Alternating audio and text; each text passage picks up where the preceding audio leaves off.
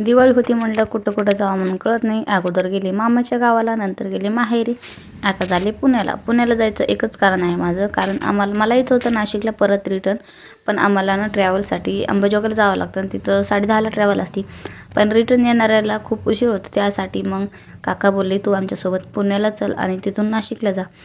पुण्याला गेले की नाही की आमच्या देविकाला आणि खुशीला तर सापडले खेळणी खेळायला लागले. त्या खेळायला मला ही सायकल घ्यायची असं तसं त्यांचं चालू होतं. म्हटलं बरं बाई घेऊ. अंघोळ नाही काही नाही लगेच बसले खेळायला. आणि मग पुन्हा त्यांना म्हटलं चला आता थोडंसं खेळा. आणि मग नंतर देविकाला आंघोळ घातली तर देविकाचं नाटकं चालू होते. आंबाडा बांध म्हणली मला, आंबाडा बांधला आणि तिचं मग मटकणं चालू होतं आणि खुशीचं तर रडगाणं चालूच होतं. तर मग आता आंघोळ झाली, आता काकाच्या गावाला म्हटल्यावर काय आरामच. त्यामुळं मग म्हटलं चला आपण वरती जाऊ. आणि आमच्या तिघांची मस्ती चालू होती, खुशीची, शिव आमच्या खुशीचा आणि देविकाचा छोटा मामा आहे. तर आता मग आमची इथं मस्ती चालू होती. चला आता मी तुम्हाला आमचं पुण्याचं वातावरण दाखवते. तर बघा पुण्याचं वातावरण खूप जणांना तर माहीत आहे, पण मी तुम्हाला पण दाखवते थोडंसं. लग्नाच्या अगोदर पण मी इथं 2 महिने राहिले होते. तेव्हा काय झालं नेमकंच आले आणि कोरोना चालू झालं, त्यामुळे मला रिटर्न काय जाता नाही आलं. त्यामुळे मग इथं 2 महिने थांबले आणि इथून गेले की नाही की 2 महिने झाल्यानंतर माझं लगेच लग्न जमलं आणि आमचं कोरोनामध्येच लग्न झालं. तर बघू शकतात पुण्याचं वातावरण खूप छान आहे. तर ठीक आहे म्हटलं. मग आज मिस्टर पण आले, म्हणजे देविकाचे पप्पा आले होते आम्हाला घेण्यासाठी. तर सुट्टी होती, भावाला पण भाऊ आला होता आम्हाला भेटायला. तर म्हटलं चला सुट्टीत आपण जाऊ कुठंतरी, कुठंच गेलो नाही.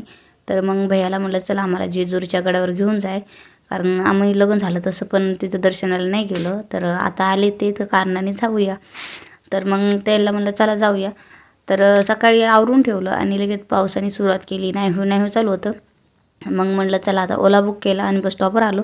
तिथून सिटी बसने गेलो. जिथं 2 तास लागत होतं का आम्हाला जायला, तिथं सिटी बसमुळं आम्हाला 3.5 तास लागलो, कारण सिटी बसचं स्टॉप 5-5 मिनिटाला येतं आणि ती बस थांबते त्यामुळं. मग आता गाडीमध्ये खूप बोर होतं आमच्या खुशीला आणि सगळे झोपले होते. इकडं देविकाचे पप्पा, इकडं भैया आणि ती खुशी पण चांगली होती तिची मस्ती. मग आम्ही पोहोचलो. तर इथं सगळे शॉप होतं. मी ना इथं आमची जेव्हा 8वीत पिकनिक आली होती, म्हणजे सहल आली होती का 8वीच्या टायमाला, तेव्हा आलेले होते. आणि लग्न झाल्यावर तेव्हा पण यायचं होतं, पण कोरोना असल्यामुळं आणि कुठं जाता नाही आलं आम्हाला देवदर्शन करण्यासाठी. तर आता जोडीने आलो होतो आणि आमचे 2 लेकरं घेऊन आलो आणि मग दर्शनासाठी. तर मग आल्या तिथं देवीची ओटी भरली आणि मग तिथं असं असतं म्हणं की 5 पायऱ्या मानाच्या असतात, ते नवऱ्यांनी बायकोला घेऊन चढवायच्या राहतात. आमचे खूप मिस्टर लाज होते, ते नाही म्हणत होते, पण त्यांच्याकडून झाली डबल. तर पहिल्यांदा घेतलं उचलून, तर ते फोटोवाला दादा म्हणला तिथून नाही घ्यायचं, म्हणजे ह्या पायऱ्यापासून मान असतं. मग परत त्यांनी मला 5 पायऱ्याचा अजून मान करून दिला आणि मग अशा करून 10 पायऱ्या झालेल्या. तर इथं पण पाऊस चालू होता, त्यामुळे बघू शकतात पायऱ्या सगळ्या ओल्या झालेल्या होत्या. आणि खरंच खूप छान होतं मंदिर ना, बांधकाम चालू आहे त्यामुळे जास्त काही गर्दा नव्हता इथं.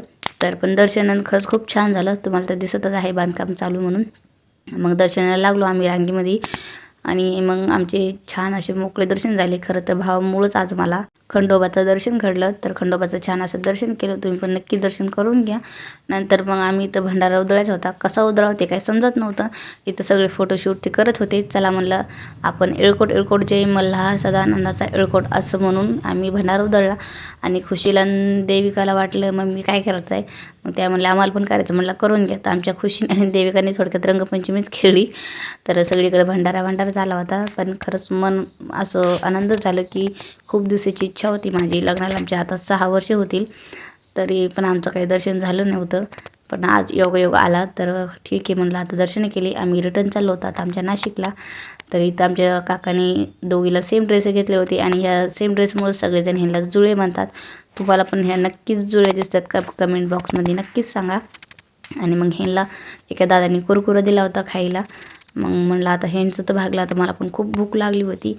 मग तिथं हॉटेलसमोर बस थांबली होती जेवण्यासाठी. तर मग आम्ही तिथं जेवण केले. तर जेवण्यासाठी मी शेवभाजी मागवली होती आणि मुलींसाठी खिचडी. हे तर सगळं उलटं झालं, मुलीने खाल्ली शेवभाजी आणि आम्ही खाल्ली खिचडी. तर मग अशा प्रकारे इथं आम्ही जेवण केले. आणि इथं असं झालं की आम्ही 5 मिनटं आमच्यासोबत थांबले होते, आम्ही 2 जणे थांबले होते इथं की गाडी चालली होती. मग पुढे आलो, गाडी थांबवली आणि मग असा आमचा नाशिक टू पुण्याचा प्रवास झाला. तर कसा वाटला कमेंटमध्ये नक्कीच सांगा. चॅनलला सबस्क्राईब करायला विसरू नका. व्हिडिओला लाईक करा, शेअर करा. भेटू अशाच पुढच्या ब्लॉगमध्ये.